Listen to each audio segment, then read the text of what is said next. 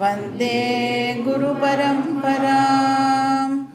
ॐ पार्थाय प्रतिबोधितां भगवता नारायणेन स्वयं व्यासेन ग्रथितां पुराणमुनिना मध्ये महाभारतम् अद्वैतामृतवर्षिणीं भगवतीम् अष्टादशाध्यायिनीम् अम्ब त्वामनुसन्ददामि भगवद्गीते भवद्वेषिणीं वसुदेवसुतं देवं कंसचाणूरमर्दनं देवकी परमानन्दं कृष्णं वन्दे जगद्गुरुं मूकं करोति वाचालं पङ्गुं लङ्घयते गिरिं यत्कृपातमहं वन्दे परमानन्दमाधवम्। ॐ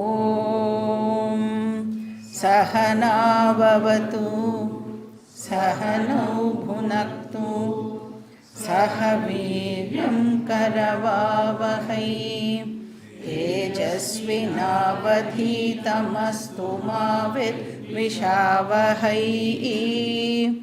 ॐ शान्ति शान्ति शान्तिः।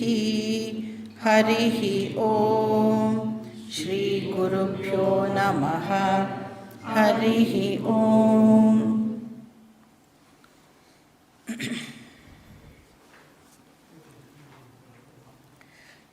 दुर्लभं त्रयमेवैतत् देवानुग्रह हेतुकं मनुष्यत्वं मुमुक्षुत्वं महापुरुष संश्रयः அப்படின்னு ஒரு ஸ்லோகம் இருக்குது. ஸோ 3 விஷயம் இந்த உலகத்தில் ரொம்ப ரொம்ப துர்லபம்னு சொன்னால் ரேர் அப்படின்னு அர்த்தம். இதில் ஃபஸ்ட்டு என்ன அப்படின்னா மனுஷ்யத்துவம். அப்படின்னா என்ன அர்த்தம்? மனுஷ்ய ஜென்மம் கிடைக்கிறது ரொம்ப ரொம்ப ரேரான விஷயம். அதனால்தான் அரிது மானிடராய் பிறத்தல் அரிது. ஏன் அந்த மனுஷன் மட்டும் அவ்வளோ ரேர்?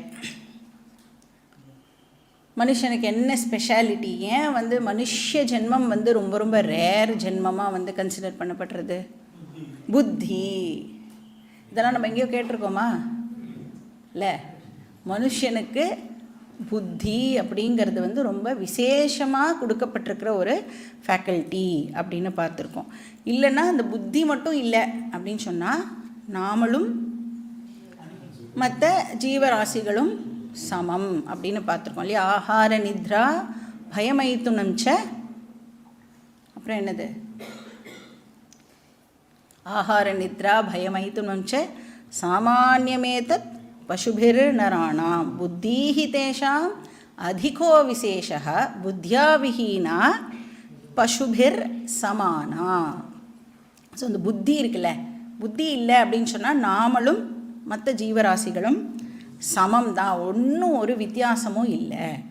அதனால என்ன சொல்கிறா, இந்த மனுஷ ஜென்மம் குறைக்கணும் கொஞ்சம் இல்லை. மனுஷ ஜென்மம் கிடைக்கிறது வெரி வெரி ரேர். சரி, அப்போ விசேஷமாக புத்தி அப்படிங்கிறது இந்த மனுஷனுக்கு இருக்கே, அந்த புத்தினால் என்னெல்லாம் பண்ண முடியும்? What it is capable of அப்படின்னா, புத்திக்கு பிரித்து பார்க்கிற சக்தி இருக்குது அப்படின்னு நாம் ஆல்ரெடி பார்த்துருக்கோம் இல்லையா? அப்போ எது சரி எது தப்பு அப்படின்னு புத்தியால் பிரித்து பார்க்க முடியும்.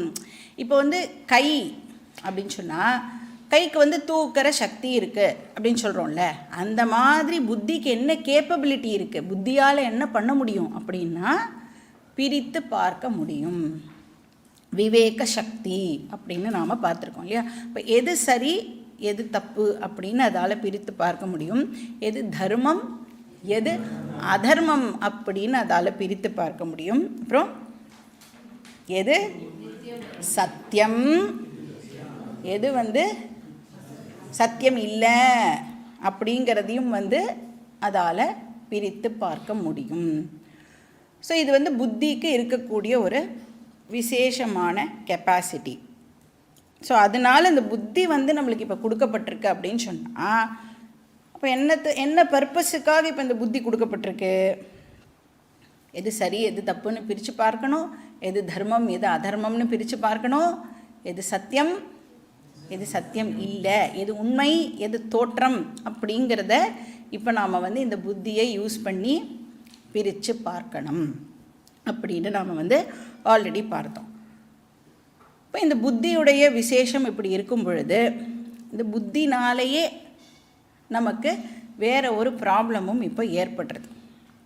என்ன அப்படின்னா, எது சரி எது தப்பு அப்படிங்கிறது தெரியாத போது என்ன ஆகிடுறது? எதெல்லாம் தப்போ அதெல்லாம் சரி, எதெல்லாம் சரியோ அதெல்லாம் தப்பு அப்படின்னும் இந்த புத்தி வந்து இப்போது ராங்காக அண்டர்ஸ்டாண்ட் பண்ணி வச்சுட்டுருக்கு. ஏன் புத்தி வந்து இந்த மாதிரி ஒரு ராங் அண்டர்ஸ்டாண்டிங்கை ஏற்படுத்தின்னு இருக்கு அப்படின்னு நாம் கொஞ்சம் ட்ரேஸ் பேக் பண்ணி போனோம் அப்படின்னா, அப்போ நாம் கண்டுபிடிக்கிறோம் பேசிக் ப்ராப்ளம் வந்து ராகஹா அப்படின்னு பார்த்தோமா? எங்கே பார்த்தோம் இந்த ப்ராப்ளமு? ஃபஸ்ட்டு சாப்டரில் நம்மளுக்கு வந்து அர்ஜுனனுடைய பிரச்சனைகளை வந்து டிஸ்கிரைப் பண்ணும் பொழுது வியாசாச்சாரியார் வந்து ராகஹா அப்படிங்கிற ஒரு வார்த்தையை வந்து இன்ட்ரடியூஸ் பண்ணுறார். ராகஹா, ஷோகஹா, மோகஹா அப்படின்னு 3 வார்த்தைகள் பார்த்தோம் இல்லையா? இந்த மோகஹா இருக்குல்ல, இதுதான் வந்து புத்தியில் ஏற்பட்டிருக்கிற அந்த ராங் அண்டர்ஸ்டாண்டிங். என்னது? எதெல்லாம் சரியோ அதெல்லாம் தப்புன்னு சொல்லும், எதெல்லாம் தப்போ அதெல்லாம் சரி அப்படிங்கிற ஒரு கன்ஃபியூஷன் இருக்குல்ல, அதுக்கு பேர் தான் மோகம். ஏன் இந்த மோகம் ஏற்பட்டது அப்படின்னா, பேசிக்காக எங்கே இருக்குது ப்ராப்ளம்? அட்டாச்மெண்ட் ப்ராப்ளம் வந்து இப்போ அர்ஜுனனுக்கு இருந்தது அப்படின்னு பார்த்தோம். இப்போ நம்ம எல்லாருக்கும் வந்து அந்த அட்டாச்மெண்ட் ப்ராப்ளம் இருக்குது அப்படிங்கிறது நம்மளோட லைஃப்பில் ஒரு பாயிண்ட் இன் டைமில் நம்மளுக்கு தெரிய வரும். அர்ஜுனனுக்கு எப்போ தெரிய வந்தது அப்படின்னா, குருக்ஷேத்திர போரில் அவனுக்கு வந்து இன்டென்ஸ் அட்டாச்மெண்ட் இருந்தது அப்படிங்கிற விஷயம் வந்து தெரிய வந்தது. இப்போ அர்ஜுனனுக்கு போரில் தான் தெரிய வந்தது. அந்த மாதிரி நமக்கு ஏதாவது அந்த மாதிரி பெருசாக எதாவது நடக்கணுமானா இல்லை, சின்ன விஷயத்துலேருந்து கூட நம்மளால் வந்து நமக்கு இருக்கிற அட்டாச்மெண்ட் ப்ராப்ளமே நம்மளால் கண்டுபிடிக்க முடியும். இப்போது அர்ஜுனனுக்கு நடந்ததுப்பா அப்படின்னு கீதாவை படிக்காமல், அர்ஜுனனுக்கு நடந்த மாதிரியே நமக்கும் இதெல்லாம் நடக்கிறது இல்லையா அப்படின்னு ரிலேட் பண்ணி இந்த கீதாவை இப்போ நாம் படிக்கணும். அப்போ இந்த ராக ப்ராப்ளம் இருந்ததுனால அவனுக்கு இப்போ என்ன ஆகிடுது அப்படின்னா, சோகம் ஏற்பட்டது. ரொம்ப சேடாக ஆகிட்டான். அவனால் வந்து என்ன வேலை வந்து அவனால் பண்ண முடியுமோ, என்ன கெப்பாசிட்டி இருக்கோ அத்தனையும் வந்து இப்போது இழந்த மாதிரி ஆகி, என்னால் இனிமேல் எதுவுமே பண்ண முடியாது அப்படிங்கிற அளவுக்கு அவன் வந்து ரொம்ப சோர்ந்து போயிட்டான் அப்படின்னு சொல்லலாம். அதனோட விளைவாக என்ன ஆகுது அப்படின்னா, இப்போ இந்த மனசு தானே சோகப்படுறது இல்லையா? மனசில் தானே அட்டாச்மெண்ட் இருக்குது. இப்போ மனசு வந்து இந்த அட்டாச்மெண்ட்னால சோகம் ஆகிடுது அப்படின்னு சொன்னால், இப்போ மனசு என்ன ஆகிடும்? கனமாகிடும். மனசு வந்து கனமாகிடுது அப்படின்னா, இந்த ஓரமாக இங்கே தானே புத்தி இருக்குது, அது என்ன ஆகிடும்? அப்படியே இந்த மனசு வந்து இப்போ இந்த புத்தியை ஓவர் பவர் பண்ணிடும். புத்திக்குன்னு அந்த திங்கிங் கெப்பாசிட்டி இருக்குல்ல, அதை வந்து இப்போ மனசு என்ன பண்ணிடும்? ஓவர் பவர் பண்ணி புத்தியை சிந்திக்க விடாமல் பண்ணிடும். எது சரி எது தப்புலாம் இப்போ என்னால் பிரிச்செல்லாம் பார்க்க முடியாது அப்படின்னு அது வந்து அப்படியே போய் உட்கார்ந்துடும். அதனால நம்மளால் என்ன பண்ணுறதுன்னே தெரியலையே, இப்போ இந்த பிரச்சனைக்கு என்னதான் சொல்யூஷன் அப்படின்னு நாம் வந்து அந்த ஹெல்ப்லெஸ்னஸ் இருக்குல்ல, என்ன பண்ணுறதுனே தெரியல, புத்தி வந்து இப்போ சிந்திக்கவே மாட்டேங்கிறது அப்படின்னு சொன்னால், but you have to come out of it அப்படின்னா something has to be done இல்லை. அப்போ அந்த ஹெல்ப்லெஸ்னஸ் வந்து அவன் என்ன பண்ணான்? அர்ஜுனனுக்கு ஏற்பட்ட உடனே அவன் ரொம்ப இன்டெலிஜென்ட்டாக போய் கிருஷ்ண பரமாத்மா கிட்ட சரணாகதி பண்ணினான். என்னாலேயே என்னுடைய பிரச்சனைக்கு சொல்யூஷனை கண்டுபிடிக்க முடியாது, I am not capable of. ஏன்னா பிரச்சனைக்குள்ளே இருக்கும் பொழுது, பிரச்சனையே நான் வந்து இன்னும் அப்சர்வ் பண்ணாத பொழுது, ஏன்னா நான் அதுக்குள்ளேயே மூழ்கி இருக்கும் பொழுது என்னால் வந்து அதுக்கான சொல்யூஷனை டெஃபினட்டாக கண்டுபிடிக்க முடியாது. இப்போ அவனுக்கு வந்து கிருஷ்ண பரமாத்மா இருந்ததுனால அவன் போய் பகவான்கிட்ட சரணாகதி பண்ணி எனக்கு வந்து ஹெல்ப் பண்ணுங்கோ அப்படின்னு கேட்டான். ஹெல்ப் பண்ணுங்கோன்னு கேட்கும் பொழுது கூட என்ன கேட்டான் அவன்?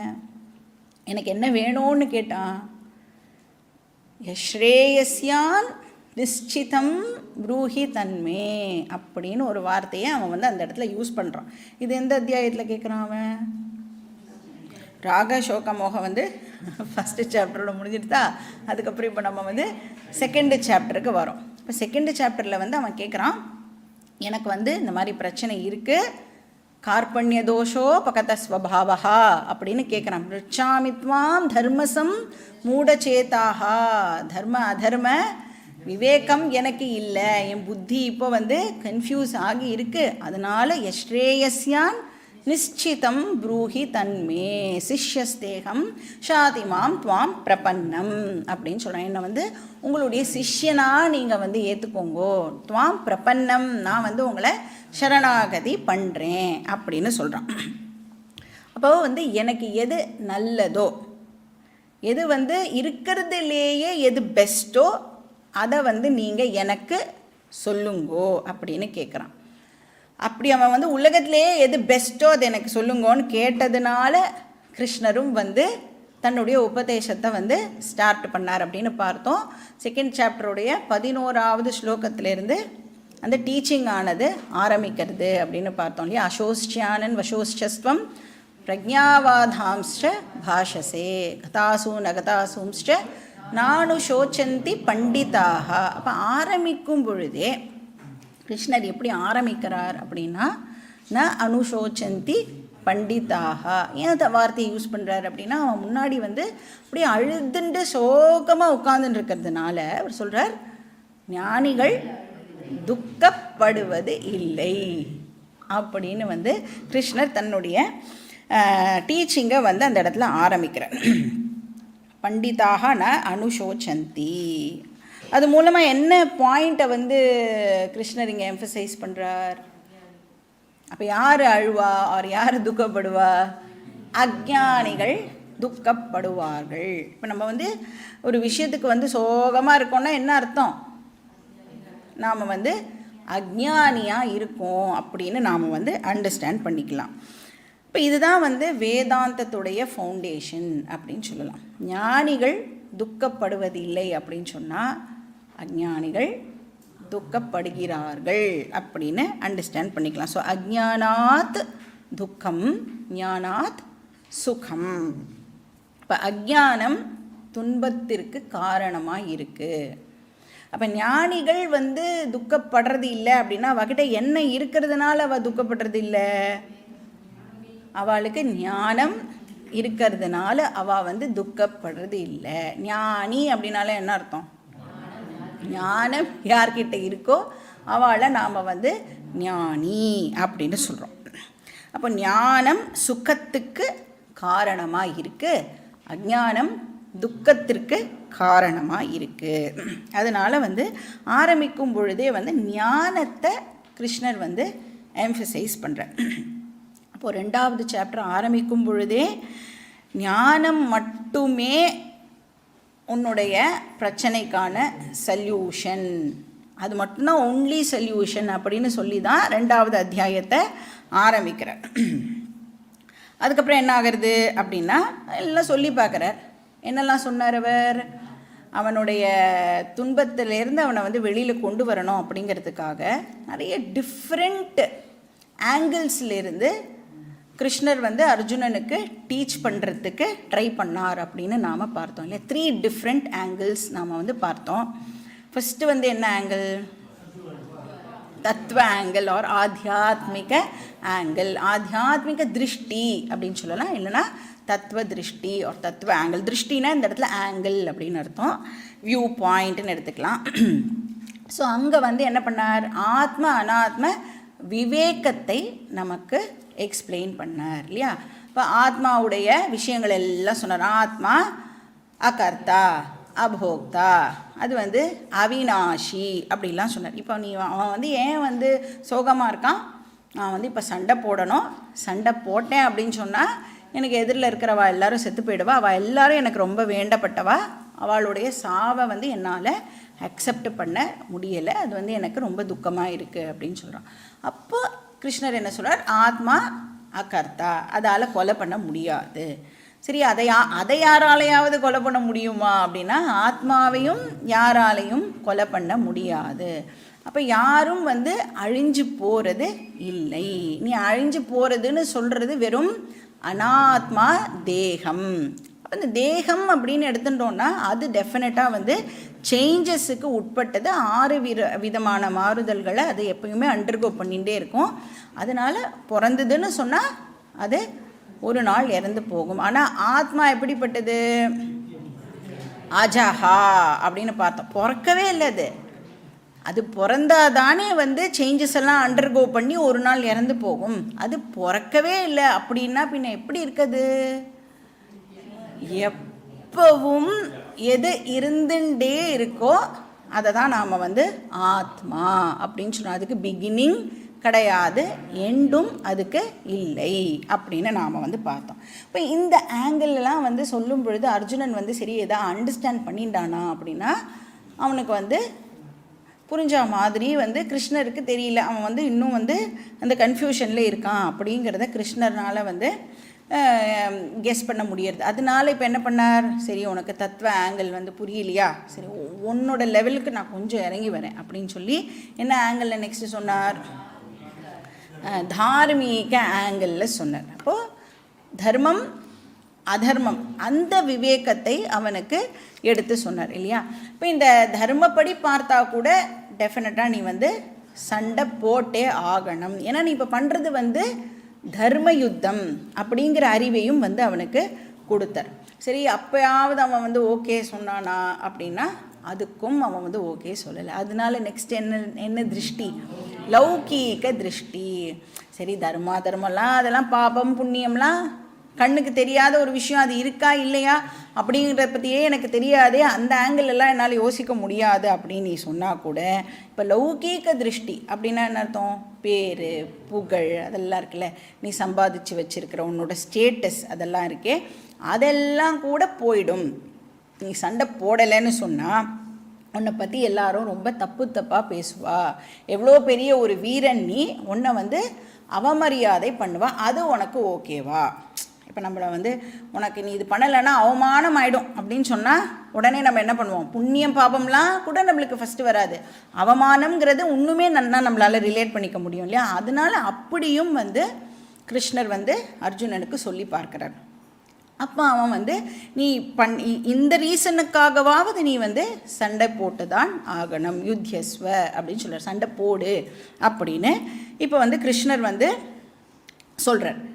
சரி, அதுக்கப்புறமாவது அவன் வந்து ஓகே பண்ணுறானா அப்படின்னா அதுவும் ஒன்றுமே மண்டையில் ஏறினா மாதிரி இப்போ தெரியலை. அதனால இப்போ கிருஷ்ணர் என்ன பண்ணுறார்? அவங்ககிட்ட என்ன சொன்னார்? இப்போ உனக்கு நான் வந்து இவ்வளோ நேரம் சொன்னேன்ல, இதெல்லாம் வந்து ஞான யோகம் அப்படிங்கிற விஷயத்த உனக்கு நான் வந்து இவ்வளோ நேரம் சொன்னேன். உன் மூஞ்சியை பார்த்தா ஒன்றும் வந்து செல்ஃபே எடுக்கலை, நீ என்னையே யார் நீங்கள் அப்படிங்கிற மாதிரி பார்க்குற மாதிரி இருக்குது. அதனால நான் இப்போ என்ன பண்ணுறேன், உனக்கு வந்து ரொம்ப நீ வந்து இந்த படம்லாம் எடுப்பால, அது என்ன படம், டாக்குமெண்ட்ரிலாம் பார்த்தா அப்படியே என்ன சொல்ல வரானே தெரியாமல் இருக்கிற மாதிரி இருக்குது. அதனால் நான் இப்போ என்ன பண்ணுறேன், உனக்கு ஆக்ஷன் மூவிக்கு இப்போ நான் வந்து உனக்கு சேஞ்ச் பண்ணுறேன் அப்படின்னு சொல்லி கிருஷ்ணர் என்ன பண்ணுறார்? இன்னொரு டாப்பிக்கை அவனுக்கு இன்ட்ரடியூஸ் பண்ணுறார். ஏஷாத்தே விஹிதா சாங்கியே புத்தி யோகம் அப்படின்னு சொல்லி கர்மயோகம் அப்படிங்கிற ஒரு டாப்பிக்கை இப்போ நான் உனக்கு இன்ட்ரடியூஸ் பண்ணுறேன், இது எப்படி இருக்குன்னு பாரு அப்படின்னு கிருஷ்ணர் வந்து அர்ஜுனனுக்கு அந்த கர்மயோகம் அப்படிங்கிற டாப்பிக்கை இப்போது இன்ட்ரடியூஸ் பண்ணுறார். அப்போ அப்படி இன்ட்ரடியூஸ் பண்ணும் பொழுது அவர் என்ன ஆரம்பிக்கிறார் அப்படின்னா, கர்மண்யேவாதிகாரஸ்தே மா பலேஷு கதாச்சன மா கர்ம பல ஹேதுர்பூஹு மா தே சங்கோஸ்துவ கர்மணி, அப்புறம் யோகஸ்த குரு கர்மாணி சங்கம் தியக்த்வா தனஞ்சய சித்திய சித்தியோ சமோ பூத்வா சமத்வம் யோக உச்சியத்தே. இப்படியெல்லாம் அவனுக்கு வந்து இப்போ டீச்சிங்கை பண்ணுறேன். அர்ஜுனா, ஞானம்தான் இருக்கிறதுலையே பெஸ்ட்டு, தேர்ஃபோர் யூ டூ கர்மா அப்படின்னு இப்போது கிருஷ்ணர் அவனுக்கு அட்வைஸ் பண்ணிட்டு இருக்கார். புரியுறதா? ஃபஸ்ட் அவன் என்ன கேட்டான், எது பெஸ்ட்டோ அதை எனக்கு சொல்லிவிடு கிருஷ்ணான்னு கேட்டான். உடனே அவரும் வந்து ஞான யோகம் டாப்பிக்கை எடுத்து ஆத்மாவை பற்றி மொத்தம் எல்லாத்தையும் சொன்னார். அதெல்லாம் சொல்லி முடிச்சுட்டு, சரி உனக்கு புரிஞ்ச மாதிரி தெரியல, அதனால நான் உனக்கு கர்மயோகம் டாப்பிக்கை பற்றி சொல்கிறேன் அப்படின்னு சொல்லி, நீ இப்போ கர்மம் பண்ணு, யோகஸ்த குரு கர்மாணி அப்படின்னு சொல்கிறேன். இப்போது அர்ஜுனனுக்கு எப்படி இருக்கும், இதுக்கு முன்னாடி படமே தேவலாம் போல இருக்கே அப்படிங்கிற மாதிரி இப்போ அர்ஜுனனுக்கு வந்து ஒரு ஃபீலிங் ஆனது ஏற்படுறது. இப்போ வந்து அவன் என்ன நினச்சிட்டு இருக்கான் அப்படின்னா, ஓ ஞானம்தான் இருக்கிறதுலே பெஸ்ட்டு, அதான் கிருஷ்ணரும் வந்து சொல்லிட்டார், இப்போ இதை பற்றி நான் அண்டர்ஸ்டாண்ட் பண்ணிக்கணும் அவ்வளோதானே. இந்த ஞானம் வந்துடுத்துனா எனக்கு வந்து ஃப்ரீடம் வந்து கிடைக்க போகிறது. அப்போ நான் வந்து எனக்கு ஞானம் வரணும் அப்படின்னு சொன்னால் நான் யார்கிட்டையாவது போய் உட்காந்து இந்த விஷயங்கள்லாம் கேட்கணும், அதுதானே நான் இப்போ பண்ணணும். ஆனால் கிருஷ்ணர் வந்து என்னை போய் இப்போ கர்மம் பண்ணுன்னு சொல்கிறாரே. யோகஸ்த குரு கர்மாணி, கர்மாணி குருன்னா பண்ணுன்னு அர்த்தம். அதில் கரெக்டாக படிக்கணும், குருன்னு படிக்கக்கூடாது அந்த இடத்துல, குரு அப்படின்னு படிங்க. குருனா டீச்சர், குருனா பண்ணு, ஆக்ஷனை பண்ணு அப்படின்னு சொல்கிறேன். இப்போ நான் வந்து ஞானம் பக்கம் போகணுமா, போய் நான் யார்கிட்டையாவது போய் உட்காந்து இந்த மாதிரி படிக்கணுமா, இல்லைனா நான் ஆக்டிவிட்டீஸில் இப்போது இன்வால்வ் ஆகணுமா? இது வந்து நேச்சுரலாக எல்லாருக்கும் வரக்கூடிய ஒரு சந்தேகம் தான் இல்லையா. இப்போது ஆக்ஷன் பண்ணு அப்படின்னு சொன்னால், இப்போ நம்மளெல்லாம் வந்து இந்த மாதிரிலாம் நீ ஆக்டிவிட்டீஸ்லலாம் ஈடுபட்டிருக்க இல்லையா, இதை நீ வந்து அப்படியே கண்டினியூ பண்ணு அப்படின்னு சொன்னால் நமக்கெல்லாம் ஒன்றும் ப்ராப்ளம் இல்லை, நம்ம மாட்டுக்கு நம்ம பண்ணிட்டு இருக்கிற ஆக்டிவிட்டீஸை பண்ணலாம். ஆனால் அர்ஜுனனுக்கு இப்போ என்ன ஆக்ஷன் பண்ணணும், அவன் சண்டை போடணும். ரொம்ப வந்து ஒரு இந்த கர்மாவை இப்போ வந்து கிருஷ்ணர் வந்து பண்ணுன்னு சொல்கிறார். ஆனால் என்ன சொல்லியிருக்கார், ஞானம் தான் பெஸ்ட்டுப்பா அப்படிங்கிறதையும் அர்ஜுனனுக்கு வந்து கிருஷ்ணர் ஆல்ரெடி சொல்லிட்டார். இப்போ கர்மம் பண்ணணுமா, இல்லை நான் போய் உட்காந்து வெறும்ன இந்த மாதிரி இந்த கிளாஸ் எல்லாம் கேட்கணுமா, இதுதான் வந்து அர்ஜுனனுக்கு ஏற்படுற ஒரு டவுட். ஏன்னா அவன் பண்ண வேண்டிய கர்மா வந்து ரொம்ப ரொம்ப வந்து அவனே சொல்லுவான், இப்போ கோரமான கர்மத்தை என்னை நீ வந்து பண்ண சொல்கிறியே அப்படின்னு சொல்கிறான். இப்போது இவர் வந்து இந்த மாதிரி ஞானம் தான் பெஸ்ட்டுன்னு சொல்லலைன்னு வச்சுக்கோங்களேன், அவனுக்கு அது தெரிஞ்சிருக்காது. இன்ஃபேக்ட் அவன் வந்து இந்த வாருக்காக தான் வெயிட் பண்ணான். 13 வருஷம் காட்டில் லிட்ரலி மெடிடேட் பண்ணியிருப்பான். எப்படி துரியோதனனை எப்படி கொலை பண்ணணும், கர்ணனை எப்படி வந்து வதம் பண்ணணும் அப்படிங்கிறது தான் அவனுடைய தாட்டில் எப்பயுமே ஓடின்னு இருக்கிற ஒரு விஷயம். இந்த போருக்காக தான் இன்ஃபேக்ட் அவன் காத்துட்டே இருந்தான். ஆனால் இப்போது இந்த குருக்ஷேத்திரத்துக்கு வந்ததுக்கப்புறம் இந்த பீஷ்மர் துரோணர்லாம் பார்த்த உடனேயே அந்த விஷயங்கள் எல்லாத்தையும் அவன் மறந்து போயிட்டு அவன் வந்து அப்புறம் அந்த சோகம் அப்படின்னு போய்ட்றான். அதுக்கப்புறம் அந்த மோகம் அப்படிங்கிற விஷயம் ஏற்படுறது. ஏன் பீஷ்மர் துரோணரை பார்த்தா மட்டும் இவனுக்கு இந்த மாதிரி நடந்தது அப்படின்னு பார்த்தா, அந்த இடத்துல மட்டும் இவனுக்கு பற்றி இருக்குது. இதே ஸ்ட்ரெயிட்டாக துரியோதனனை காமிச்சிருந்தா என்ன பண்ணியிருப்பான், அடித்து நிமித்தி போயிட்டே இருந்திருப்பான், இல்லை யுத்தமே வந்து முடிஞ்சிருக்கும். அப்போ நமக்கும் சில இடங்களில் மட்டும் பற்று அப்படிங்கிறது இருக்குது, பல இடங்களில் என்ன நடந்தால் எனக்கு என்ன அப்படின்னு இருக்குது இல்லையா. அப்போ அதை வந்து நாம் நல்லா நோட் பண்ணிக்கணும். அதனால தான் நம்மளோட லைஃப்பில் ஏதோ ஒரு கொஞ்சம் ஒரு 4-5 இடத்துல அட்டாச்மெண்ட் வச்சுருக்கோம்ல, அந்த 4-5 இடத்துல வச்சுருக்கிற அட்டாச்மெண்ட்னால நம்மளோட ஹோல் லைஃபே வந்து நம்மளுக்கு ப்ராப்ளமேட்டிக்காக இருக்குது. அப்புறம் நம்ம வந்து இந்த செகண்ட் சாப்டரில் அந்த கொஞ்சோண்டு கர்மயோகம் டாபிக் பார்க்கும் பொழுது கூட என்ன பார்த்தோம் அப்படின்னா, ஒரு கர்மயோகி அப்படின்னா அவன் எப்படி இருப்பான், யாரால் ஒரு கர்மயோகியாக ஆக முடியும் அப்படிங்கிற ஒரு ஸ்லோகத்தையும் நாம் வந்து பார்த்தோம். அப்புறம் விவசாயாத்மிகா புத்திஹி ஏகேக குரு நந்தன அப்படின்னு பார்த்தோம். இப்போ யார் வேணாலும் கர்மயோகியாக இருக்க முடியுமானா, எல்லாராலையும்லாம் கர்மயோகம்லாம் ஃபஸ்ட்டு பண்ணவே முடியாது. இப்போ நான் வந்து கர்மயோகம் அப்படிங்கிற ஒரு விஷயத்தை தெரிஞ்சுக்கணும் அப்படின்னு சொன்னால் கூட அதுக்கு எனக்கு ரிலவன்ஸ் இருக்கணும்ல, அது வந்து என்ன எனக்கு கொடுக்கும்னு தெரிஞ்சாதான் நான் வந்து கர்மயோகம் அப்படிங்கிற விஷயத்தையே தெரிஞ்சுட்டு அதுக்கப்புறம் வந்து என்னால் பண்ண முடியும். அப்போ நம்ம பார்த்தோம் ஒரு கர்மயோகி அப்படின்னு சொன்னால் ஒன் பாயிண்டட்னஸ் இருக்கணும் அப்படின்னு பார்த்தோம். என்ன ஒன் பாயிண்டட்னஸ் இருக்கணும்? இப்போ ஒரு கர்மயோகி அப்படின்னு சொன்னால் அவனுக்கு வந்து எது அவனுடைய வாழ்க்கையுடைய கோல் அப்படின்னு தெரிஞ்சிருக்கணும். அப்புறம் அந்த கோலை அடையிறதுக்கு அவன் வந்து என்ன பண்ணணும் அப்படிங்கிறது அவனுக்கு தெரிஞ்சிருக்கணும்னு பார்த்தோம். அதாவது கிளாரிட்டி இன் சாதனா அண்ட் சாத்தியம். இப்போ நமக்கு வந்து கோல் அப்படின்னு சொன்னால், இப்போ ஃபார் எக்ஸாம்பிள் ஒரு மிடில் ஏஜ்டில் நீங்கள் இருக்கீள் அப்படின்னு சொன்னால் உங்களுடைய கோல் என்னவாக இருக்கும்னா, உங்களோட அல்டிமேட் கோல் என்னவாக இருக்கும் அப்படின்னா, இப்போ பசங்கள்லாம் இருக்கா அப்படின்னா அவளை வந்து நல்லா படிக்க வைக்கணும், அந்த பசங்களுக்கு வந்து ஒரு நல்ல வேலை கிடைக்கணும், வேலை கிடச்ச உடனே அவளுக்கு கல்யாணம் பண்ணி வைக்கணும், கல்யாணம் பண்ணி வச்ச உடனே அந்த பசங்களுக்கு ஒரு குழந்தை பிறக்கணும். இது வந்து நம்மளுடைய ஒரு கோல் அப்படின்னு வச்சுருப்போம். இப்போ இதெல்லாம் வந்து மைல் ஸ்டோன்ஸ் அப்படின்னா ஃபைனலாக வந்து உங்கள் பசங்க வந்து செட்டில் ஆகணும். அந்த செட்டில் ஆகிறது அப்படிங்கிறது ஒருத்தருக்கு அகெயின் டிஃப்ரெண்ட்டாக இருக்கும். ஒருத்தர் வந்து இப்படி இருந்தால் தான் செட்டில் அப்படின்வா, இன்னொருத்தர் வந்து இப்படி இருந்தாலே அவள் செட்டில் ஆகிட்டா அப்படின்னு அது வந்து டிஃபர் ஆகும். ஆனால் செட்டில் ஆகணும் அப்படிங்கிறது வந்து எல்லாருடைய அல்டிமேட் கோலாக இருக்கும் இல்லையா? இப்போ நடுவில் பண்ணுற விஷயங்கள் எல்லாம் மைல் ஸ்டோன்ஸு. அப்புறம் அல்டிமேட்டாக நான் வந்து ஒரு கோலை இப்போ வச்சுட்டுருப்பேன். இப்போ என்னோடய குழந்தை வந்து செட்டில் ஆகணுன்னா நான் எங்கேருந்து ஆரம்பிக்கணும்? ஃபஸ்ட்டு போய் க்யூவில் நிற்கணும். இருக்கிறதுலேயே பெஸ்ட்டு ஸ்கூலில் என் குழந்தைய சேர்க்கணும் அப்படின்னு சொன்னால் முதல் நாளே போய் அந்த கர்ச்சீஃப்லாம் போட்டு வச்சு அந்த அப்ளிகேஷன் ஃபார்மெல்லாம் வாங்கி அப்புறம் அதில் வந்து சீட்டு கிடைக்கணும். அதுக்கப்புறம் அதை படிக்க வைக்கணும். அதுக்கப்புறம் ஒரு குட் காலேஜில் என் குழந்தை வந்து போய் சேரணும். அப்புறம் அந்த காலேஜில் நல்ல கேம்பஸ் இன்டர்வியூலாம் வரணும், அதில் என் குழந்தை செலக்ட் ஆகணும். இப்படின்னு நிறையா வந்து இப்போ நான் வந்து என் குழந்தை வந்து லைஃப்பில் செட்டில் ஆகணுன்னா நான் எங்கேருந்து ஆரம்பிக்கிறேன்? நல்ல ஸ்கூலில் சேர்க்கணும். இதிலேருந்து என்னுடைய ஆக்டிவிட்டீஸ் வந்து ஆரம்பிக்கிறது. சரி, இப்போது நல்ல ஸ்கூலில் சேர்த்துட்டாலே என் குழந்தை வந்து செட்டில் ஆகிடுமானா, நடுவில் there are so many steps. அப்போ ஒரு ஸ்டெப்புக்கும் என்ன பண்ணணும்னு நம்மளுக்கு தெரியுது. ஸோ ஒரு படிக்கட்டாக ஏறி கடைசி படிக்கட்டை நாம் வந்து அடையிறோம் இல்லையா?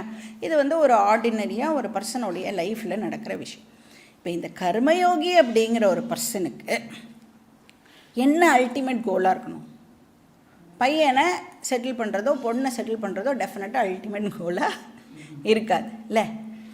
அதனால தான் சொன்னேன், மனுஷத்துவம் வெரி வெரி ரேர் விஷயம் அப்படின்னு சொன்னால், எதுக்கு உனக்கு இந்த மனுஷ ஜென்மம் கொடுக்கப்பட்டிருக்கு அப்படிங்கிறத ஃபஸ்ட்டு நாம் யோசிக்கணும். அப்போ மனுஷனால் மட்டுமே பரம புருஷார்த்தத்தை அடைய முடியும். மோக்ஷம் அப்படிங்கிற கோலை மனுஷனால் மட்டுமே அடைய முடியும். அப்போ ஆஸ் அ பேரண்ட்டாக நான் வந்து இங்கே உட்காந்துன்னு என் கோலை இப்போ செட் பண்ண முடியாது. அப்போ நான் என்னவா இருக்கணும்? ஆஸ் அ ட்ராவலிங் ஜீவா என்னுடைய கோல் என்னவா இருக்கணும்? ஏன்னா இதுக்கு முன்னாடி ஜென்மாவில் நான் என்னவா இருந்தேன்னு எனக்கு தெரியாது. இதுக்கு அப்புறம் கிடைக்க போகிற ஜென்மாவில் நான் என்னவா இருக்க போகிறேன்னு எனக்கு தெரியாது. இப்போ இந்த ஜென்மா எனக்கு ஒரு மனுஷ ஜென்மமானது கிடச்சிருக்கு. இப்போ நமக்கு தெரியும், நம்மளை சுற்றி வெளியில் எத்தனையோ கோடி ஜனங்கள் இருக்கா. எல்லாருமே ஏதாவது மனுஷா அப்படின்னு சொல்கிற நிறைய பேர் இருக்கா. ஆனால் யாருக்குமே தெரியாது இந்த புத்தி அப்படிங்கிறது விசேஷமாக நமக்கு கொடுக்கப்பட்டிருக்கு. அந்த புத்தினால் வந்து பிரித்து பார்க்க முடியும். அதை எக்ஸாக்டாக என்ன பிரித்து பார்க்கணும், எது சத்தியம் எது மித்யா அப்படிங்கிறத அது வந்து பிரித்து பார்க்கணும். அப்படிங்கிற விஷயம்லாம் அந்த புத்திக்கு இருக்குங்கிறதே வெரி ஃபியூ பீப்புளுக்கு மட்டும்தான் தெரியும். அப்போது அந்த ட்ராவலிங் ஜீவா இப்போது அவனுடைய அல்டிமேட் கோல் என்ன அப்படிங்கிறத உட்காந்து யோசிக்கணும். ஏன்னா இந்த ஜென்மத்தை விட்டுட்டோன்னா அடுத்த ஜென்மா என்னன்னு தெரியும். இப்பிறவி தப்பினால் எப்பிறவி வாய்க்குமோ. அப்போ என்னுடைய அல்டிமேட் கோல் மோட்சம் அப்படின்னு சொன்னால், மோட்சம் அடைஞ்சிட்டேன்னா எனக்கு நெக்ஸ்ட் பிறவிலாம் இருக்க போகிறது இல்லை. எத்தனையோ பிறவி எடுத்து எடுத்து எடுத்து தான் இன்றைக்கி நான் வந்து இங்கே வந்திருக்கேன். அப்போ அந்த கர்மயோகி அப்படின்னு சொன்னால் அவனுக்கு ஒன் பாயிண்டட்னஸ் இருக்கணும்னா எதில் ஒன் பாயிண்டட்னஸ் இருக்கணும்? மோக்ஷங்கிற கோலை அடையிறதுல அவனுக்கு அந்த சமாதானம் இருக்கணும், சித்த ஏகாகிரதா அப்படின்னு பார்த்தோம் நம்ம. இப்போ மோக்ஷம் அவனுடைய கோலாக ஃபிக்ஸ் பண்ணிட்டாதான் மற்ற விஷயங்கள் எதையுமே அவனால் வேதம் சொல்கிற மாதிரி பண்ண முடியும். இல்லைன்னா என்ன ரிலவன்ஸ் இருக்கும்? பாக்கி பேர் வாழ்க்கையை வாழற மாதிரி நாமளும் வாழ்ந்துட்டு போக வேண்டியது தான். அப்போது எது டிஃப்ரென்ஷியேட் பண்ணுறது? ஒரு தர்மமான வாழ்க்கை முறையை வாழற பர்சனையும் ஒரு கர்ம யோகியையும் எது டிஃப்ரென்ஷியேட் பண்ணுறது அப்படின்னா, மோக்ஷம் அவனுடைய கோலாக இந்த பர்சன் டெஃபினட்டாக வச்சுக்கணும். அப்போ அல்டிமேட் கோல் மோக்ஷம், ரைட்டு. அப்போ அதுக்கு நான் என்ன பண்ணணும்? இப்போ மோட்சம் அடையணும்னா எதனால் மோட்சத்தை கொடுக்க முடியும்?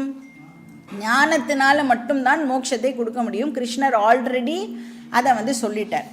சரி, அப்போ நான் ஞானத்தை போய் கேட்டுட்டு நான் மோட்சம் அடைஞ்சிட்டு போகிறேனே அப்படின்னு சொன்னால், நீ பையனை வெறும் ஸ்கூலில் சேர்த்து விட்டாலே அவன் லைஃப் செட்டிலா அப்படின்னா இல்லை. ப்ரைமரி ஸ்கூல் போகணும், செகண்டரி ஸ்கூல் போகணும், காலேஜ் போகணும், ஆஃபீஸ் போகணும், அப்புறம் கல்யாணம் பண்ணணும். இவ்வளோ நடுவில் ஸ்டெப்ஸ் இருக்கு இல்லையா? அப்போ டைரெக்டாக பிறந்த உடனே கல்யாணம் பண்ண முடியுமானா அதுவும் நம்மளால் பண்ண முடியாது. அப்போது இந்த நிறைய இன்டர்மீடியரி ஸ்டேஜஸ் எல்லாம் தாண்டி நாம் போனால் தான் நம்மளால் அந்த அல்டிமேட் கோல் மோட்சத்தை அடைய முடியும். இப்போ இங்கே நம்ம கிளியராக அண்டர்ஸ்டாண்ட் பண்ணிக்க வேண்டிய விஷயம் என்ன அப்படின்னா, இப்போ கோவிலுக்கு போகிறோன்னு வச்சுக்கோங்களேன். கோவிலுக்கு போகிறதுக்கு நிறைய வழிகள் இருக்கும். ஆனால் கோவில் உள்ளே போனதுக்கப்புறமா கர்ப்பகிரகத்துக்கு எத்தனை வழி இருக்கும்? ஒரே ஒரு வழி தான் இருக்கும். அது மாதிரி இந்த கோவிலுக்குள்ளே வரோம்ல, அதுக்கு நீ நிறைய ஆக்டிவிட்டீஸ்லாம் பண்ணிக்கோ. பஸ்ஸு பிடிச்சி வா, ட்ரெயின் பிடிச்சி வா, நடந்து வா, பறந்து வா, எப்படி வேணாலும் வா. ஆனால் கோவிலுக்குள்ளே நீ வந்துட்டேயானா கர்ப்பகிரகத்துக்கு உள்ளே போகிறதுக்கு ஒரே ஒரு வழி. அது மாதிரி அந்த கோவிலுக்குள்ளே வந்துட்டோன்னா ஞானம் அடையறதுக்கு ஒரே ஒரு வழி இந்த கிளாஸ் எல்லாம் அட்டெண்ட் பண்ணுறது. ஆர் மோட்சம் அடையிறதுக்கு ஒரே வழி ஞானம் மட்டுமே. ஆனால் அந்த கோவிலுக்கு ரீச் ஆகிறதுக்கு கிழக்கு வீதி, தெற்கு வீதி, வடக்கு வீதியெலாம் இருக்குல்ல, எந்த வீதி வழியாக வேணும்னாலும் நீ வா. அந்த வீதி வழியெல்லாம் வரோம்ல, அதை தான் இங்கே கர்மயோகம் அப்படின்னு சொல்லுவோம். வீட்டிலேருந்து ஃபஸ்ட்டு கிளம்பணும்ல, வீட்டிலேருந்து கிளம்பி கோவிலுக்கு ரீச் ஆனாதானே நான் கோவிலுக்குள்ளே இருக்கிற கர்ப்பகிரகத்துக்குள்ளே போக முடியும். இப்போ வீட்டிலேருந்து கிளம்பி கோவிலுக்கு ரீச் ஆகிறோம்ல, அந்த ப்ராசஸை நாம் கர்மயோகம் அப்படின்னு இங்கே கிருஷ்ணர் சொல்கிறார். அதனால் இப்போ நான் ஞான யோகத்தை ப்ராக்டிஸ் பண்ணணுமா, கர்மயோகத்தை ப்ராக்டிஸ் பண்ணணுமா அப்படிங்கிற கேள்வி கரெக்டாக தப்பா?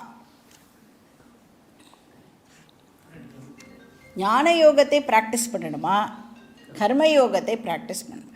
நான் வீட்டிலேருந்தே நேர கர்ப்பகிரகத்துக்குள்ளே போயிட்டோமா, இல்லை வீட்டிலேருந்து கிளம்பி கோவிலுக்கு வந்துட்டு கர்ப்பகிரகத்துக்குள்ளே போட்டோமா? இப்படிங்கிற கேள்வி கரெக்டாக தப்பா? இந்த கேள்வி கரெக்டா? நான் வீட்டிலேருந்து நேராக கர்ப்பகிரகத்துக்குள்ளே என்டர் பண்ணிட்டோமா, இல்லை நான் வீட்டிலேருந்து கிளம்பி கோவிலுக்குள்ளே வந்துட்டோ அதுக்கப்புறமா உள்ளே போகட்டுமா? கேள்வி தப்பு தானே. எப்படி போக முடியும் கர்ப்பகிரகத்துக்குள்ளே? வீட்டிலேருந்து முதல்ல கிளம்பணும், கோவிலை ரீச் பண்ணணும், கோவிலுக்குள்ளே வந்துட்டு அதுக்கப்புறம் தான் கர்ப்பகிரகத்துக்குள்ளே நம்மளால் என்டர் பண்ண முடியும். இப்போ கர்ம யோகம் ப்ராக்டிஸ் பண்ணட்டுமா, ஞான யோகம் ப்ராக்டிஸ் பண்ணட்டுமா? கேள்வி ரைட்டா தப்பா? தப்பான கேள்வி. ஏன்னா ஃபஸ்ட்டு வீட்டிலேருந்து கிளம்பி கோவிலுக்கு வரணுமா, அப்போ நான் ஃபஸ்ட்டு கர்மயோகம் பண்ணணுமா, அதுக்கப்புறம் கோவிலுக்குள்ளே வந்ததுக்கப்புறமா கர்ப்பகிரகத்துக்குள்ளே என்டர் பண்ணணும், அதுக்கப்புறமா நான் ஞான யோகம் ப்ராக்டிஸ் பண்ணி மோட்சத்தை அடையணும். அதனால ஞான யோகத்தையும் கர்ம யோகத்தையும் கம்பேர் பண்ணக்கூடாது. இப்போ அர்ஜுனன் என்ன பண்ண ட்ரை பண்ணிகிட்டு இருக்கான், அதை ரெண்டுத்தையும் கம்பேர் பண்ணுறதுக்கு அர்ஜுனன் இங்கே முயற்சி பண்ணுறான். கர்மம் பெஸ்ட்டா, ஞானம் பெஸ்ட்டா அப்படி நாம் இங்கே கம்பேர் பண்ணுறான். அதனால் இங்கே கிருஷ்ணர் என்ன சொல்ல போகிறார் அப்படின்னா, கர்மயோகம் அண்ட் ஞான யோகம், இதில் உங்களுக்கு ஆப்ஷன்ஸ் இல்லை. நான் கர்மயோகம் பண்ணட்டுமா ஞான யோகம் பண்ணட்டுமா அப்படின்னு நீ கேள்வியே கேட்க முடியாது. ஏன்னா உனக்கு இதில் ஆப்ஷனே கிடையாதுன்னு சொல்கிறேன். கர்மயோகமும் ஃபாலோ பண்ணணும், ஞான யோகமும் ஃபாலோ பண்ணணும். ஸோ யதா தே மோக கலிலம் புத்திர் வியதிதரிஷ்யதி ததா கந்தாசி நிர்வேதம் ஸ்ரோத்தவ்யஸ்ய ஸ்ருதஸ்ய ச அப்படின்னு படித்தோம். இப்போ கர்மயோகம் ஞான யோகம் இல்லாமல் இன்கம்ப்ளீட்டு. ஞான யோகம் கர்மயோகம் இல்லாமல் இம்பாசிபிள். அப்படி அண்டர்ஸ்டாண்ட் பண்ணிக்கணும். அதை வெறும் கர்மயோகமே பண்ணிட்டோ நான் என் வாழ்க்கையை முடிச்சுட்டேன் அப்படின்னு சொன்னால் வாழ்க்கையே வேஸ்ட். கர்மயோகம் ஞான யோகம் இல்லாமல் இன்கம்ப்ளீட், ஞான யோகம் கர்மயோகம் இல்லாமல் இம்பாசிபிள். அதனால் கிருஷ்ணர் இங்கே என்ன சொல்கிறார், அர்ஜுனா நீ இனிஷியலாக கர்மயோகம் பண்ணி உன்னுடைய மைண்டை இப்போ நீனு ப்ரிப்பேர் பண்ணிக்கோ. முதல்ல வீட்டிலேருந்து கிளம்பி கோவிலுக்கு ஃபஸ்ட்டு வா அப்படின்னு சொல்கிறார். உன் மைண்டை வந்து நீனு ப்ரிப்பேர் பண்ணிக்கோ. இப்போ வந்து சாப்பிட்றதுக்கு முன்னாடி கையாலம்பிப்போம்ல. இப்போ யாராவது வந்து கையாலம்பிக்கட்டுமா சாப்பிடட்டுமா அப்படின்னு கேட்டால் என்ன பதில்? சரி கையாலம்பிக்கோ அப்படின்னு பதில் சொல்லிட்டேன்னு வச்சுக்கோங்களேன். அப்போ என்ன பண்ணிவிடுவா, கையாலம்பிண்டு சாப்பிடாமல் விட்டுடுவா. சரி சாப்பிடு அப்படின்னா சாப்பிட்டுட்டு கையாலம்பிக்காமல் விட்டுடுவா. எப்படி வந்து இந்த கேள்வியை கரெக்டாக அண்டர்ஸ்டாண்ட் பண்ணிக்கணுமோ அப்படியே இதை நாம் அண்டர்ஸ்டாண்ட் பண்ணிக்கணும். அதனால் சாப்பிட்றதுக்கு முன்னாடி கையாளமணும், சாப்பிட்டதுக்கு அப்புறமும் கையாளமணும். உடனே வந்து சாப்பிட்டதுக்கப்புறம் கையாளமணுன்னா இதெல்லாம் படித்து முடிச்சுட்டு நான் கர்மயோகம் பண்ணணுமா அப்படின்னு அதை தப்பாக உடனே அதை அப்படியே ரிலேட் பண்ணி கேள்வியை கேட்காது. ஃபஸ்ட்டு மைண்டு பியூரிஃபிகேஷன், அதுக்கப்புறம் இந்த ஞான யோகம் அப்படிங்கிற விஷயம். அதனால் ரெண்டுத்துலேயும் உனக்கு வந்து சாய்ஸே உனக்கு இங்கே கொடுக்கப்படலை. இப்போ வந்து கர்மா பண்ணு அப்படின்னு வந்து கிருஷ்ணர் இங்கே அர்ஜுனனை சொல்கிறாருன்னா ஆப்ஷனலாக கொடுக்கல. அது வந்து ஒரு ப்ரிப்பரேட்டரி ஸ்டெப்பாக நீ இப்போ கர்மா பண்ணி ஆகணும் அப்படின்னு சொல்கிறேன். ஸோ கர்மா பண்ணு, அதுக்கப்புறமா ஞானம் அடைஞ்சு ஃப்ரீயாக இரு. இப்போ கிருஷ்ணர் வந்து ஆக்சுவலாக கிளியராக தான் சொல்லியிருக்கார். இங்கே எங்கேயுமே வந்து கன்ஃபியூஷன்லாம் இல்லவே இல்லை. கன்ஃபியூஸ் பண்ணுற மாதிரி எந்த இடத்துலையும் கிருஷ்ணர் வந்து சொல்லலை. அதனால் கிருஷ்ணரை ஆக்சுவலாக நம்ம ப்ளேம் பண்ணக்கூடாது. ஆனால் அர்ஜுனன் நீங்கள் என்ன பண்ணுறான், சரியாக கேட்கல கிருஷ்ணர் சொல்லும் பொழுது. நம்மளும் அப்படி தானே கேட்போம். கிளாஸ்லாம் உட்காந்தா நமக்கு வேணுங்கிறத சொன்னால் எக்ஸ்ட்ராவாக கேட்டுக்கிறது, ஏதோ நம்மளுக்கு சம்மந்தம் இல்லாத ஏதாவது ஒரு விஷயத்தை பேசினாலோ இல்லைன்னா பிடிக்காத விஷயம், இப்போ நம்ம இப்படி தான் இருக்கணும் அப்படின்னு சொன்னால் அது வந்து என்னோடய மனசு ஒத்துக்கலைன்னா நான் என்ன பண்ணிவிடுவேன், அதை ஃபில்டர்டு லிசனிங் கேட்காமல் நான் அவாய்ட் பண்ணிவிடுவேன். இப்போ அவனுக்கு வந்து என்ன பண்ணணும், இப்போது விட்டால் போகிறோம் இந்த இடத்துலேருந்து ஓடணும். ஆனால் கிருஷ்ணர் அடிக்கடி என்ன சொல்கிறார், சண்டை போடு சண்டை போடு அப்படின்னா அந்த நேரத்துலலாம் அவன் வந்து கொஞ்சம் லைட்டாக வந்து ஆஃப் பண்ணிடுறான் அவனுடைய லிசனிங்கை. அப்போ ஃபில்டர்ட் லிசனிங்கை இவன் அங்கே வந்து பண்ணுறதுனால இப்போ அவனுக்கு எந்த கன்ஃபியூஷன் ஆனது இந்த இடத்துல ஏற்படுறது. அவனுக்கு கர்மாவை அவாய்ட் பண்ணணும்.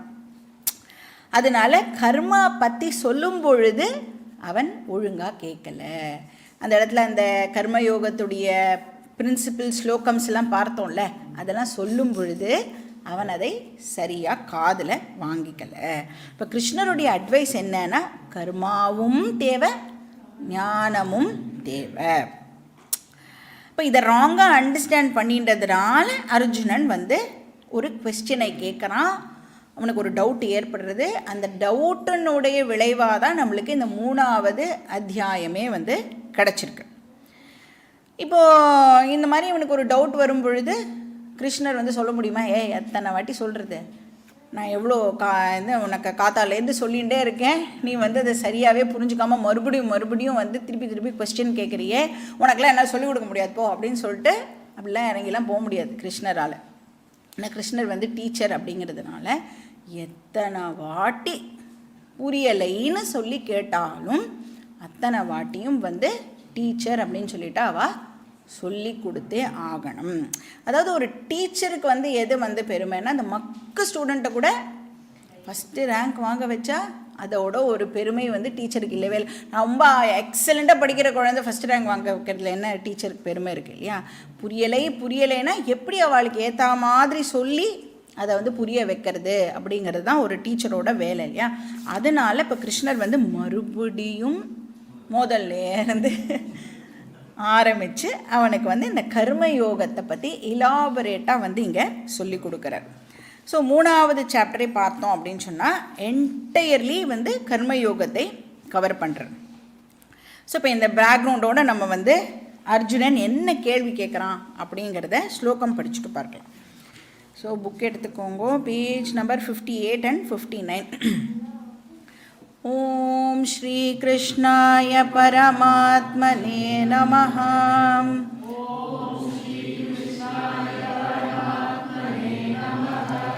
अथ तृतीयोऽध्यायः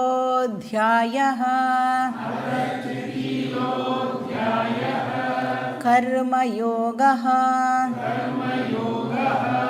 अर्जुन उवाच ज्यायसि चेत् कर्मणस्ते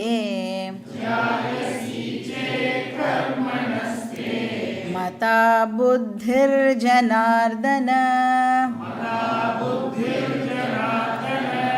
तत्किं कर्मणि घोरे मां नियोजयसि केशव. அர்ஜுன உவாச்ச அப்படின்னா நமக்கே புரியுதுல, அர்ஜுனன் கேட்குறான், சொல்கிறான். என்ன சொல்கிறான்? ஹே ஜனார்தன, ஹே கிருஷ்ணா, புத்திஹி ஜ்யாயசி கர்மணஹா. புத்தி அப்படின்னா இந்த இடத்துல வந்து ஆத்ம ஞானம் அப்படின்னு அர்த்தம், செல்ஃப் நாலெட்ஜ். இப்போ நம்ம வந்து ஒரே வார்த்தைக்கு கான்டெக்ஸ்ட்டுக்கு ஏற்ற மாதிரி டிஃப்ரெண்ட் மீனிங்ஸ் இருக்கும். இப்போ இந்த இடத்துல புத்தி அப்படிங்கிற வார்த்தைக்கு ஞானம் அப்படிங்கிற அர்த்தமானது ஏற்படுது. ஜென்ரலாக புத்தி அப்படின்னு சொன்னால் என்னவாகவும் நம்ம எடுத்துக்கலாம், அதை இன்டலெக்ட், அறிவை அடையிறதுக்கு யூஸ் பண்ணுற இன்ஸ்ட்ருமெண்ட்னு எடுத்துக்கலாம்.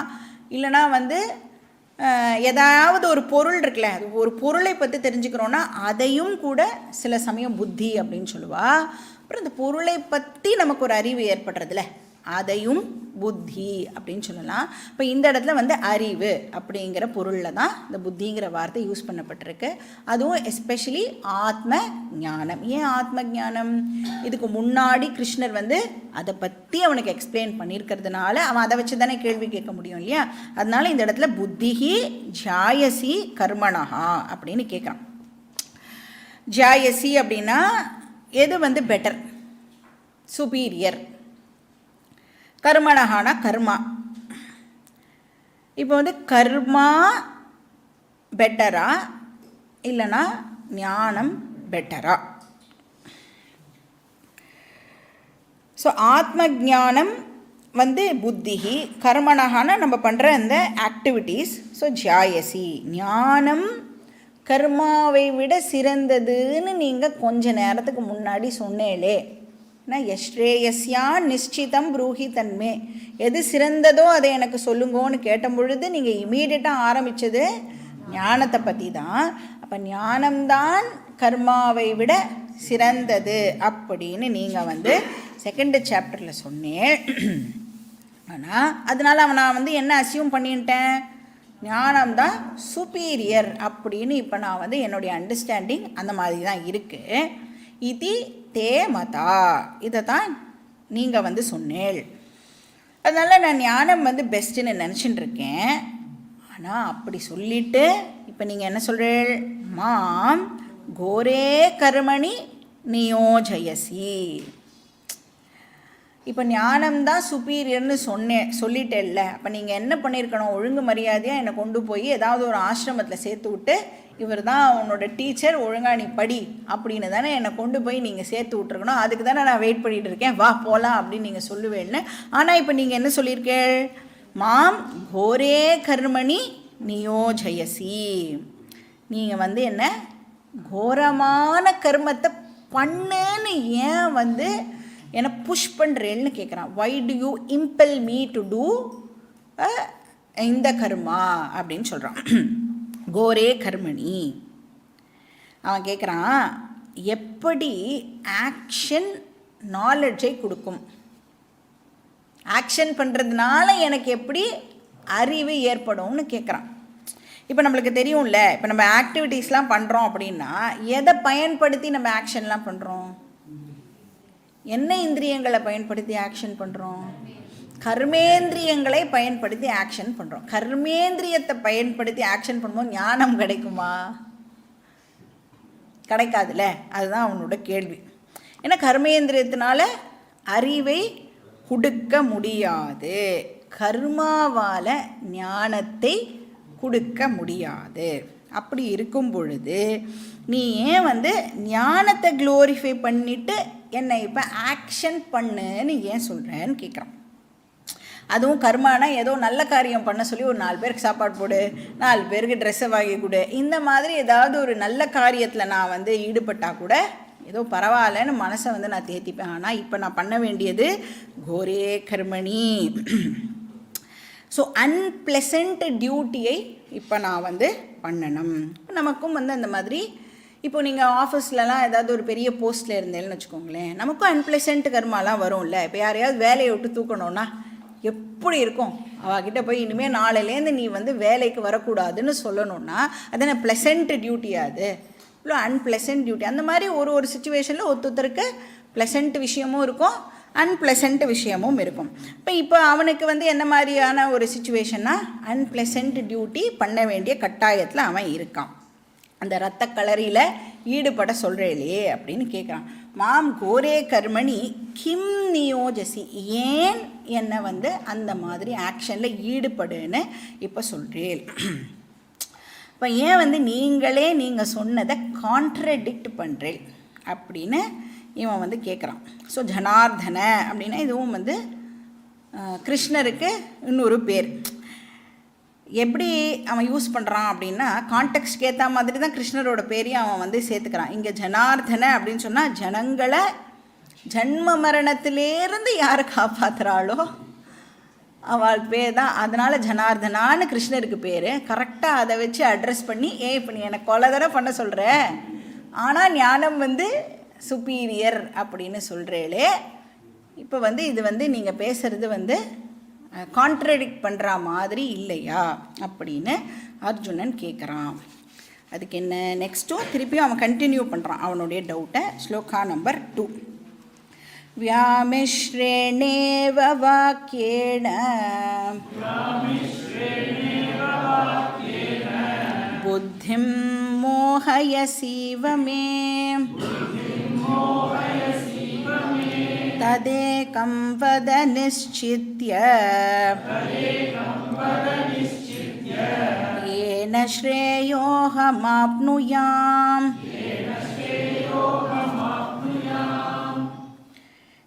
இப்போ என்ன சொல்கிறான்? வியாமிஸ்ர வாக்கியேன. வியாமிஸ்ர வாக்கியம்னா கன்ஃபியூஸ் பண்ணுற மாதிரியான ஸ்டேட்மெண்ட்ஸ்னு அர்த்தம். Contradicting statements. ஞானம்தான் கர்மாவை விட சிறந்தது, ஆனால் நீ கர்மா பண்ணு அப்படின்னு இப்போ வந்து கிருஷ்ணர் வந்து சொல்லியிருக்கார். ஸோ இப்போ நான் வந்து இதை எப்படி அண்டர்ஸ்டாண்ட் பண்ணிக்கணும் அப்படின்னு கேட்குறார். ஸோ புத்திம் மோகயசி, நீ வந்து என்னோட புத்தியை கன்ஃபியூஸ் பண்ணுற. மோகயசின்னா you are confusing my intellect அப்படின்னு அர்ஜுனன் வந்து சொல்கிறான். இப்போ புத்தினா இந்த இடத்துல என்னது? இன்டலெக்ட்னு அர்த்தம். போன ஸ்லோகத்தில் புத்தினா ஆத்ம ஞானம்னு பார்த்தோம். இந்த ஸ்லோகத்தில் புத்தி அப்படின்னா இன்டலெக்ட். இப்போ இங்கே அர்ஜுனன் என்ன சொல்கிறான்? நீங்கள் வந்து கான்ட்ரடிக்ட் பண்ணுற மாதிரி பேசுகிறேள். ஆனால் கான்ட்ரடிக்ட் பண்ணுற மாதிரி பேசுகிறேள்னு சொல்லாமல் எப்படி சொல்கிறான்னா கான்ட்ரடிக்ட் பண்ணுற மாதிரி ஆஸ் தோ கான்ட்ரடிக்டிங். கான்ட்ரடிக்ட் பண்ணுறேன்னு சொல்லலை, ஆஸ் தோ கான்ட்ரடிக்டிங். ஏன்னா என்ன தான் இருந்தாலும் டீச்சரை வந்து நம்ம கொஞ்சம் ரெஸ்பெக்ட்ஃபுல்லாக தானே வந்து சொல்லுவோம்ல. கான்ட்ரடிக்ட் பண்ணுற மாதிரி இருக்குது அப்படின்னு சொல்கிறான். ஆக்சுவலாக போன ஸ்லோகத்தில் கிட்டத்தட்ட ப்ளேம் பண்ண மாதிரி பண்ணால் அதுக்குள்ளே பயம் வந்திருக்கும் அவனுக்கு. சொச்சோ நம்ம வந்து அப்படி சொல்லக்கூடாதுல்ல அப்படின்னு சொல்லி என்னதான் வந்து நம்ம அண்டர்ஸ்டாண்ட் பண்ணிக்கலங்கிறத தானே அவளுக்கு எக்ஸ்ப்ரெஸ் பண்ணணும்ல. நீ சரியாக சொல்லித்தரல அதனால எனக்கு புரியலை அப்படின்னு சொல்லணுமா? நீங்கள் சரியாக தான் சொல்லி கொடுக்குறேன், ஆனால் எனக்கு புரிய மாட்டேங்கிறது எப்படி புரிஞ்சுக்கணும்னு நீங்கள் கொஞ்சம் ஹெல்ப் பண்ணுங்க. அப்படி தானே வந்து நம்ம ஜென்ரலாக கேட்கணும் இல்லையா? அதை உடனே உனக்கு புரிஞ்சிடுறது, அதனால் கான்ட்ரடிக்ட் பண்ணுற மாதிரி இருக்குது அப்படின்னு சொல்கிறான். இப்போ என்னால் வந்து அதை அண்டர்ஸ்டாண்ட் பண்ணிக்க முடியலை. இந்த மாதிரி ஒரு பாவனை இருக்குல்ல, இதுக்கு பேர் வினயம் அப்படின்னு பேர்.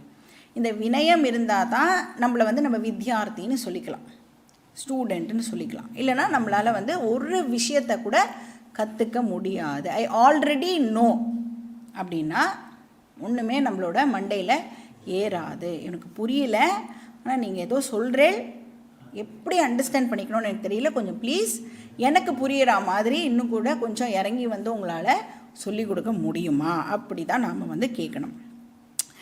குரு வந்து தப்பாக சொல்கிறார் அப்படின்னா அது வந்து ராங் ஆட்டிடியூட் அப்படின்னா, அந்த இப்போ கூட சுவாமிஜி சொன்னார் இல்லையா, அந்த ஸ்ரத்தா இருக்கணும். அவள் சொல்கிறா, கிருஷ்ணர் சொல்கிறான்னா டெஃபினட்டாக அது வந்து கண்டிப்பாக கரெக்டாக தான் இருக்கும். ஆனால் எனக்கு அது புரிஞ்சுக்கிறதுக்கான சக்தி என்னுடைய இன்டெலெக்டுக்கு இல்லை. அதை நான் எப்படி ரெக்டிஃபை பண்ணிக்கணும், அதுதான் நாம் வந்து பார்க்கணும். ஏன்னா சாஸ்திரம் வந்து எதுவுமே இல்லாஜிக்கலான ஒரு விஷயத்தை நம்மளுக்கு சொல்லி கொடுக்கவே கொடுக்காது. இன்ஃபேக்ட் நிறைய லாஜிக்கல் அனாலிசிஸ் டெக்ஸ்ட்லாம் கூட இருக்குது.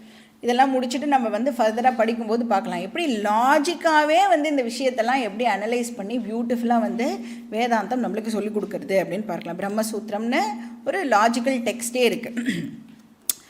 இப்போ அர்ஜுனன் என்ன பண்ணுறான், கிருஷ்ணர் மேலே அந்த ஸ்ரத்தை இருக்கிறதுனால அவரை ப்ளேம் பண்ணாமல் ஃபஸ்ட்டு சொன்னான், ஆனால் இமீடியட்டாக கரெக்ட் பண்ணிட்டு என்ன சொல்கிறான், கான்ட்ரடிக்ட் பண்ணுற மாதிரி இருக்குது. அதனால் என்னவா, இவங்கிற வார்த்தை இருக்கு பார்த்தீங்களா, அதுதான் வந்து கான்ட்ரடிக்ட் பண்ணுற மாதிரி அப்படிங்கிறத இண்டிகேட் பண்ணுறது. அதனால் ஏக்கம் வத நிச்சித்ய, ப்ளீஸ் எனக்கு கிளியராக சொல்லுங்கோ, இந்த ரெண்டில் எது அப்படிங்கிறத நீங்கள் எனக்கு கிளியராக சொல்லுங்கோ. ஒன்று வந்து கர்மா தான் கிரேட்டு, இருக்கிறதுலையே கர்மா தான் பெஸ்ட் அப்படின்னு சொல்லுங்கோ. நான் கண்ணை மூடின்னு போய் பேசாமல் சண்டை போட்டுட்டு வந்துடுறேன். இல்லை ஞானம் தான் கிரேட்டுன்னு சொல்லுங்க, அப்படியே இங்கேருந்து எஸ்கேப் ஆகி ஓடிடுறேன். ஆனால் ரெண்டையுமே நீங்கள் ஸ்ட்ரெஸ் பண்ணி பேசுகிறீங்களே, அதுதான் இங்கே ப்ராப்ளமாக இருக்குது. ஏதாவது ஒன்று தான் பெஸ்ட்டுன்னு கிளியராக சொல்லுங்க. ஏக்கம் வத நிச்சித்ய. இப்போ வந்து இந்த கிளாஸ் எல்லாம் அட்டென்ட் பண்ணுறது ரொம்ப கஷ்டமாக இருக்குது. அதுக்கு பதிலாக மோட்சம் வேணும்னா டெய்லி காத்தால் எழுந்த உடனே ஒரு ராமநாமம் பண்ணுறோமே. இப்போ நான் வந்து ஒரு 1000 பண்ணுறேன்னா, சரி எத்தையோ கஷ்டப்பட்டு ஒரு 5000 6000 எப்படியாவது ட்ரை பண்ணிட்டா நீ இவ்வளோ நாள் தொடர்ந்து பண்ணால் உனக்கு மோட்சம் அந்த மாதிரி சொன்னேன்னா எப்படியோ அதை வந்து நான் கஷ்டப்பட்டு பண்ணிடுறேன். ஆனால் நீ ராம ஜபமும் பண்ணுன்னு சொல்கிறேன், கிளாஸையும் வந்து கேளுன்னு சொல்கிறேன், இல்லை என்ன தான் எப்படி வந்து ரெண்டுத்தையும் என்னால் வந்து பண்ண முடியும்? ஆனால் எது கேட்டாலும் ஞானம் தான் பெஸ்ட்டு அப்படின்னு சொல்கிறேன். அப்புறம் எதுக்கு ராம ஜபம்? நான் வேறு எப்பயுமே கிளாஸ் தானே கேட்கணும்னு நீங்கள் சொல்லணும். ஆனால் ராம ஜபமும் வந்து பண்ணணும், அதில் வேறு அந்த இவ்வளோ கவுண்ட் பண்ணணும், நம்மளோட குரூப்புக்கு ஒரு டார்கெட் இருக்குது, இதெல்லாமும் சொல்கிறேன். ஆனால் இது பண்ணுறதுனால கிளாஸ் கேட்காம விட்டுடக்கூடாதுன்னு சொல்லி கிளாஸையும் வந்து வைக்கிறேன். இப்போ இந்த டவுட் நம்மளுக்கு வருது இல்லை, அதை தான் அர்ஜுனன் வேறு மாதிரி கேட்குறான். நான் வந்து சண்டை போடணுமா இல்லைனா கிளாஸு கேட்கணுமா?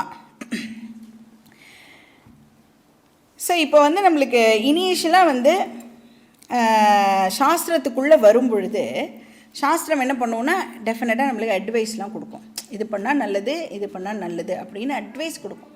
ஆனால் ஒரு நாளைக்கும் சாஸ்திரம் நமக்காக முடிவு பண்ணவே பண்ணாது. இது இப்படி இருக்குது அப்படிங்கிறத நம்மளுக்கு காமிச்சிடும். அப்புறம் இந்த ball is in our court, நாம் டிசைட் பண்ணணும் நமக்கு எது வேணும் அப்படிங்கிறத நாம் தான் வந்து டிசைட் பண்ணணும். இப்போ வந்து சத்தியம் வத இப்படிங்கிறது என்னது? இது வந்து ஒரு அட்வைஸில். இப்போ சத்தியம் பேசுறதுனால என்ன அட்வான்டேஜ் அப்படின்னும் சாஸ்திரம் நம்மளுக்கு சொல்லிக் கொடுக்கும். அதுக்கப்புறம் நாம் டிசைட் பண்ணிக்கலாம், நான் சத்தியம் மட்டும்தான் பேசணுமா இல்லை அசத்தியம் கூட எப்பப்போ வேணுமோ நடுவில் அப்பப்போ ஒரு லைனை வந்து அசத்தியமாக இன்சர்ட் பண்ணாலும் பரவாயில்லையா அப்படிங்கிறத நாம் தான் வந்து டிசைட் பண்ணோம். அதுதான் நம்மளுடைய சாஸ்திரத்துடைய கிரேட்டஸ்ட் அட்வான்டேஜ், நம்மளுக்கு டீச் பண்ணும். இப்போ சத்தியம் வதங்கிறது அட்வைஸு, ஆனால் நீ சத்தியம் பேசினா உனக்கு என்னெல்லாம் பெனிஃபிட் கிடைக்கும் அப்படிங்கிறது டீச்சிங். அது வந்து அட்வைஸ் கிடையாது. நம்ம என்ன பண்ணிவிடுவோம், அட்வைஸ் அப்படின்னு நினச்சிட்டு அட்வைஸ் சொன்னால் நம்மளுக்கெல்லாம் பிடிக்குமா? யாராவது அட்வைஸ் சொன்னால் நமக்கு பிடிக்குமா? ஆனால் நமக்கு என்ன பிடிக்கும், அடுத்தவளுக்கு ஃப்ரீயாக அட்வைஸ் கொடுக்கறது நம்ம எல்லாருக்கும் பிடிக்கும்.